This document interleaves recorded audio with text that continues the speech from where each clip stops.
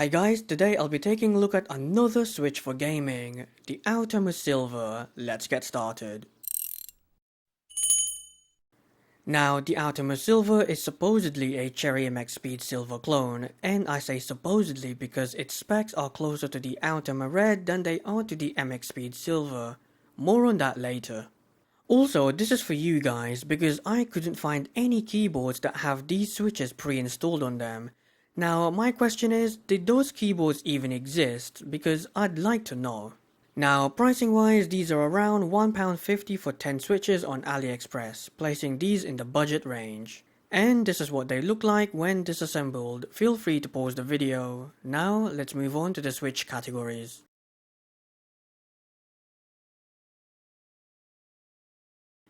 On-center key presses are somewhat smooth with only a few scratchy and inconsistent switches at slow key presses.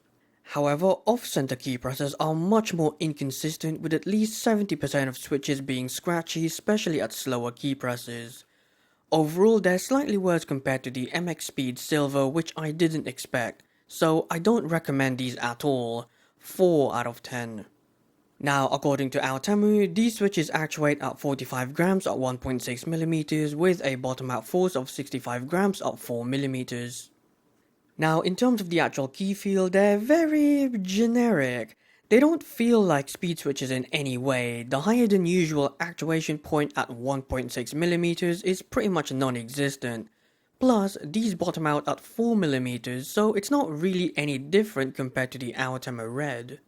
In fact, if you look at these force curves from both the Outemu Red and the Outemu Silver switch, they're identical, with the only difference being the pre-travel, but that isn't reflected in the actual force curve, which is strange.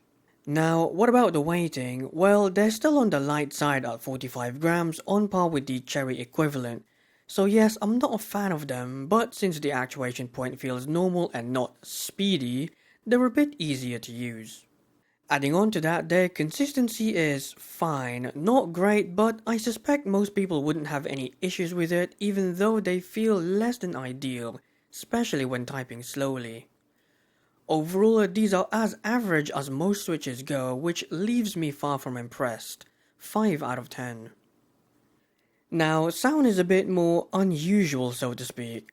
So essentially these have a weird quirk where the top out sound is louder than the bottom out sound, which is more common in silent switches, but these are not silenced. Additionally, since they have this rather weird quirk, they're also quieter than usual, but bear in mind that they aren't as quiet as an actual silent switch. Overall, there's also some light spring ping just like in the MX Speed Silver, so not great there. Other than that, these are uninspiring. 5 out of 10. Now, take a listen and enjoy.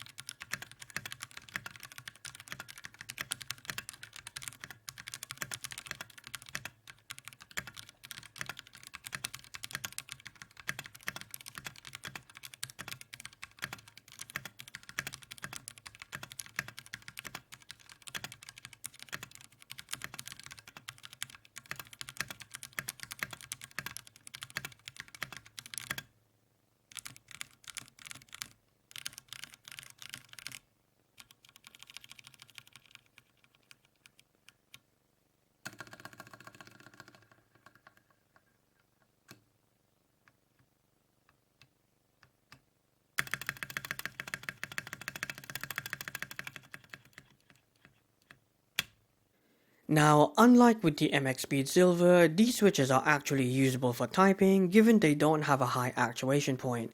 So yes, typing on these was a lot more comfortable. However, there's a clear downside to them. These switches have a softer and mushier bottom out feel, which again feels like a silent switch when it isn't one, and it's very noticeable when typing at speed. Additionally, these switches have a light weighting which I'm not a fan of. But since it felt like it had a normal actuation point, it didn't bother me as much. It kinda reminds me of the Acco POM Silver I reviewed last year. Moreover, the scratchiness and inconsistencies were manageable assuming you type faster than 50 words a minute, otherwise it may start to bother you.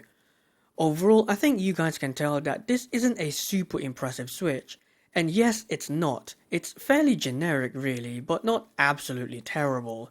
6 out of 10. Now for gaming, in short, it slightly edges out the MX Speed Silver due to it having a normal actuation point. That's honestly the biggest difference between the two switches. This is the one I'd rather have.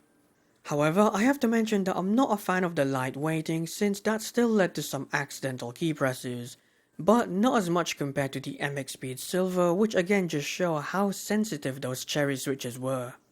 Additionally, their scratchiness and inconsistencies did not show up as often. They are present, but only mostly in slower paced titles, which is a shame.